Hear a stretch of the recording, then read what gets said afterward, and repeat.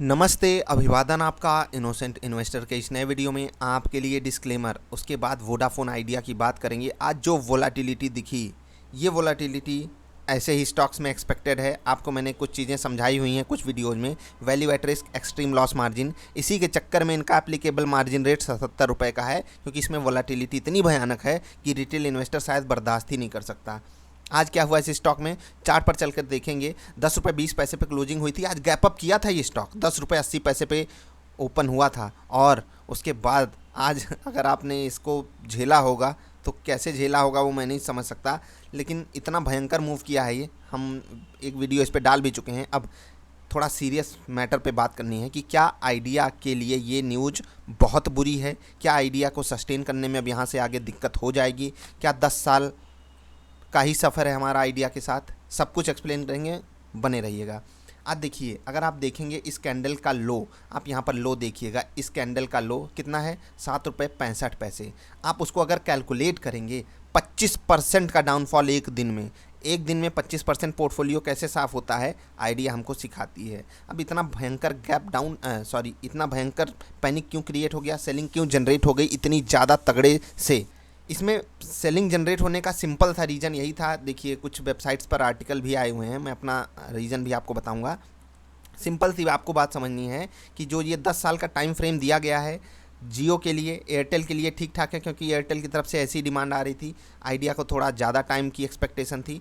अब कुछ चीज़ें समझ में आ रही हैं ऐसी कि अब एग्जिस्टेंशियल दिक्कत आएगी आइडिया के लिए। देखिए, अगर आप 10 साल के ऑपरेशन के खर्चे पर नज़र डालेंगे, थोड़ा अपना होमवर्क भी कीजिएगा कि 10 साल इनको ऑपरेशन अगर करना है, 10 साल अगर इनको काम करना है, खर्चा कितना आएगा। क्या इनके पास जो अभी उधारी है उसको चुकाने के लिए ब्याज भी है।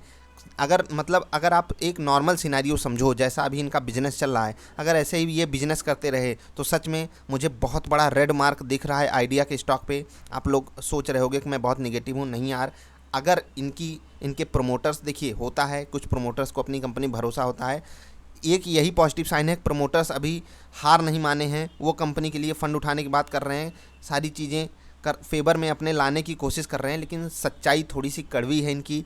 यहाँ से 10 साल में अगर इनको एजीआर चुकाना है, 10% अपफ्रंट देनी है, तो तकलीफ़ इनके लिए हर साल बनी रहेगी। और ये 10 साल इनके लिए वही है ना कि करो या मरो वाली स्थिति होंगे। हर दिन इनको बिजनेस करना है, हर अगले दिन इनको अपने बिजनेस को इम्प्रूव भी करना है, और ये क्वार्टर ऑन क्वार्टर दिखना भी चाहिए। लेकिन क्या ऐसी पॉसिबिलिटी है? आप क्या सोचते हो, ज़रूर एक्सप्लेन कीजिएगा। जैसे अगर इनके नॉर्मल प्लान्स वगैरह को भी आप देखोगे, जो इनके जनरली प्लान्स चलते हैं बाज़ार में, आप देख पा रहे होंगे, वहाँ पर ग्राहकों को लुभाने की भी कोशिश चल रही है। 2 GB पर डे एक्स्ट्रा भी दिया जा रहा है। मतलब जो सिंपल प्लान एयरटेल और जियो इस रेंज में देते हैं, 2 GB के आसपास, ये 4 GB पर डे दे रहे हैं। आप यहाँ पर देख सकते हैं, इतनी ज़्यादा मतलब ल्यूक्रेटिव ऑफर्स देकर भी इनको कस्टमर नहीं मिल रहे हैं। अगर आपने डेटा एनालाइज़ किया हो तो कस्टमर इनके हाथ से छटक रहे हैं। अब जिनका इन्वेस्टमेंट है उनके लिए क्या कुछ पॉजिटिव मिला यहाँ पर? देखिए, बहुत नेगेटिव तो नहीं मिला। देखिए, अगर सिंपल टर्म में मतलब ये जो घोषणा आई है सुप्रीम कोर्ट की तरफ से, ये जो जजमेंट आया है, अगर बिल्कुल लेमैन लैंग्वेज में समझेंगे तो ये टेलीकॉम कंपनीज के लिए अच्छा है, क्योंकि 10 साल में उनको चुकाना है। यार, ये बहुत अच्छी बात है। 10 साल में नहीं चुकाएंगे तो क्या क्या चीज़ें सुप्रीम कोर्ट ने कहा है, आपको पेनाल्टी अलग से देनी पड़ेगी, ब्याज अलग से देनी पड़ेगी, कंटेम्प्ट ऑफ कोर्ट अलग से माना जाएगा। तो ये सारी चीज़ें अगर आप देखोगे जनरल सेंस में तो लगेगा कि यार इस कंपनी के लिए ठीक ठाक काम किया गया है, जो भी कंपनियां हैं एयरटेल जियो। लेकिन सच्चाई अलग है यार। मैं वही आपको समझाने की कोशिश कर रहा हूँ। अब यहाँ पर दिक्कतें आइडिया के लिए हर दिन बढ़ेंगी। जैसा मैं अपने एक्सपीरियंस से बता रहा हूँ, आपके लिए ये 8-10 रुपये पे क्या चीज़ें काम कर रही हैं वो आप अपने हिसाब से समझिएगा। आप पहले थोड़ा सा हिस्ट्री भी जाकर चेक किया कीजिए कि कंपनी अभी परफॉर्म नहीं कर पा रही है, पिछले कई दिनों से परफॉर्म नहीं कर पा रही है। आप ये रेट देख रहे हो, 200 से 8 रुपये। अभी कुछ दिन पहले बहुत भयंकर वॉल्यूम के साथ मूव भी आया था इसमें। उस मूव का एक्सप्लेनेशन भी हमने दिया था और बोला था कि अगर बर्दाश्त नहीं कर पाओगे, रिस्क नहीं ले सकते, तो ऐसे स्टॉक में घुसना आपके लिए गुनाह होगा। वही हुआ है। और रिटेल इन्वेस्टर के साथ अभी क्वेरीज लगातार आए पड़ी हैं। मैं किसी की क्वेरी नहीं ले रहा हूँ।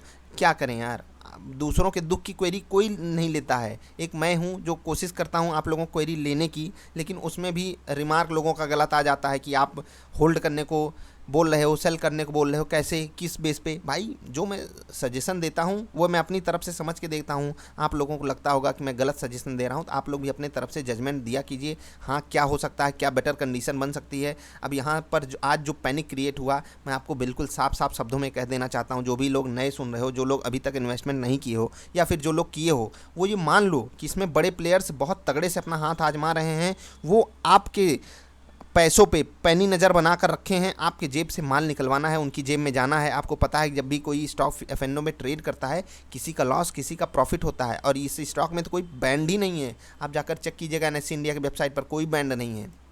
तो बहुत ही रिस्की स्टॉक है। अभी भी अगर आपको घुसना है, अगर आपको कुछ स्कोप दिख नज़र आता है, 10 साल में प्रमोटर्स कुछ कर ले जाएंगे, कंपनी कुछ बढ़िया परफॉर्मेंस दे पाएगी, तभी घुसना। मुझे पर्सनली कोई ग्रोथ अपॉर्चुनिटी नहीं दिखती है, क्योंकि इनके जो राइवल्स हैं वो बहुत ताकतवर हो चुके हैं। वो दिन ब दिन ताकतवर होते जा रहे हैं। आप ज़रा चेक कीजिएगा। मैं भारतीय एयरटेल को ले लीजिए या फिर रिलायंस जियो को ले लीजिए, तो इनको बहुत बड़े लोगों से, बहुत बड़े, मतलब होता है ना कि जब हमारे सामने वाला दुश्मन थोड़ा ज़्यादा ताकतवर हो तो हम खुद ही अपने आप को सरेंडर कर देते हैं। तो वही वाली सिचुएशन बन के बैठी हुई है।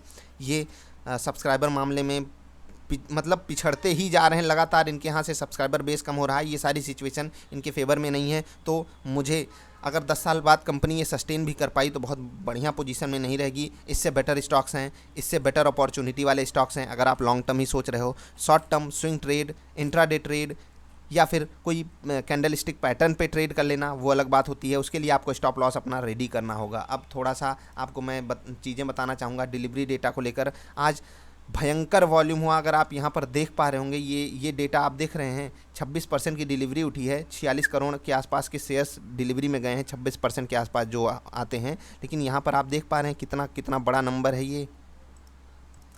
158 करोड़ शेयर्स का ट्रांजैक्शन हुआ है आज आइडिया के स्टॉक में। ये बहुत बड़ा नंबर है यार। एक बार सोच के इसके प्राइस से कैलकुलेट करो। मोस्ट एक्टिव स्टॉक्स में आया था ये, और अभी ऐसी सिचुएशन आगे भी जारी रह सकती है। देखिए, ये स्टॉक में सन्नाटा था, उसके बाद मैंने कहा था कुछ बड़ा भयंकर होने वाला है, और वो बिल्कुल न्यूज़ पे ही हो रहा है। अब यहाँ से आप न्यूज़ को किस बेस पे लेकर जाना चाहते हो, स्टॉक को किस क्राइटेरिया में आप डिफाइन करते हो, वो अपनी आपकी मर्जी होती है। मेरे हिसाब से बिल्कुल नो है, नो है, नो है। आपको अगर कैंडल स्टिक पे ट्रेड करना है, अन्य भी स्टॉक्स हैं, यहाँ भी आप अपॉर्चुनिटी ढूंढ सकते हो। ऑपरेटर यहाँ पर आप लोगों को पैसा नहीं कमाने देगा यार। आज जो भी क्वेरी आई, कुछ जन की आई, हम 10% के सर्किट पे एग्जिट किए हैं। उसके बाद जब नीचे गया तो लगा फैसला बड़ा अच्छा है, फिर जब ऊपर हमारे रेट के आसपास आ गया तो हमें लगा फैसला बहुत बुरा है। तो ये हमेशा होगा यार आपके साथ। आप बाज़ार में हो, ये सारी चीज़ें होंगी। आपको न्यूज़ पे अगर थोड़ा सा हम लेकर चलें, जो सुप्रीम कोर्ट की हियरिंग पे मेन चीज़ आई है, 10 साल में इनको चुकाना है, 2031 तक की मोहलत दी गई है। ये सारी सिचुएशन आप अपने हिसाब से हैंडल कीजिएगा यार। मुझे भारतीय एयरटेल का स्टॉक अगर डिप में मिलता है तो वो ज़्यादा प्रेफर मैं उसको करूँगा। मैं आइडिया को प्रेफर नहीं करूँगा। लॉन्ग टर्म इन्वेस्टमेंट बिल्कुल नहीं। यहाँ से ये मल्टी बैगर रिटर्न आपको 1, 2, 3 गुना कर सकता है यार। 8 से 24 होना कोई इसके लिए बड़ी बात नहीं है। एफ&ओ का स्टॉक है, लेकिन लॉन्ग टर्म में आप इसको सोचो कि ये 250 हो जाएगा, तो वो बहुत गलत सोच है अभी के बिजनेस के हिसाब से, अभी की सिचुएशन के हिसाब से। आप अपना फैसला खुद से लीजिएगा। मेरी तरफ से बिग थम्स डाउन है इस स्टॉक को लॉन्ग टर्म के लिए। शॉर्ट टर्म में आप पैटर्न ढूंढिए, ट्रेड कीजिए। मिलेंगे फिर से यार। अगर बात किसी को बुरी लगी हो, सच में यार, सच ऐसा ही होता है, कभी कभी हमसे नहीं सुना जाता, लेकिन आप भी थोड़ा देख लीजिए कि आइडिया के स्टॉक में आपने 10 बार ट्रेड किया, आपको कितनी बार प्रॉफिट हुआ है। थोड़ा अपने आप से ईमानदारी दिखाओ यार। थोड़ा जब खुद आप ईमानदार हो जाओगे तो दूसरों को गाली नहीं दोगे। कम से कम सच्चाई एक्सेप्ट करना सीखो। अगर अभी भी बुरा लगा तो दे सकते हो यार। अपने संस्कारों के साथ ही कमेंट कीजिएगा।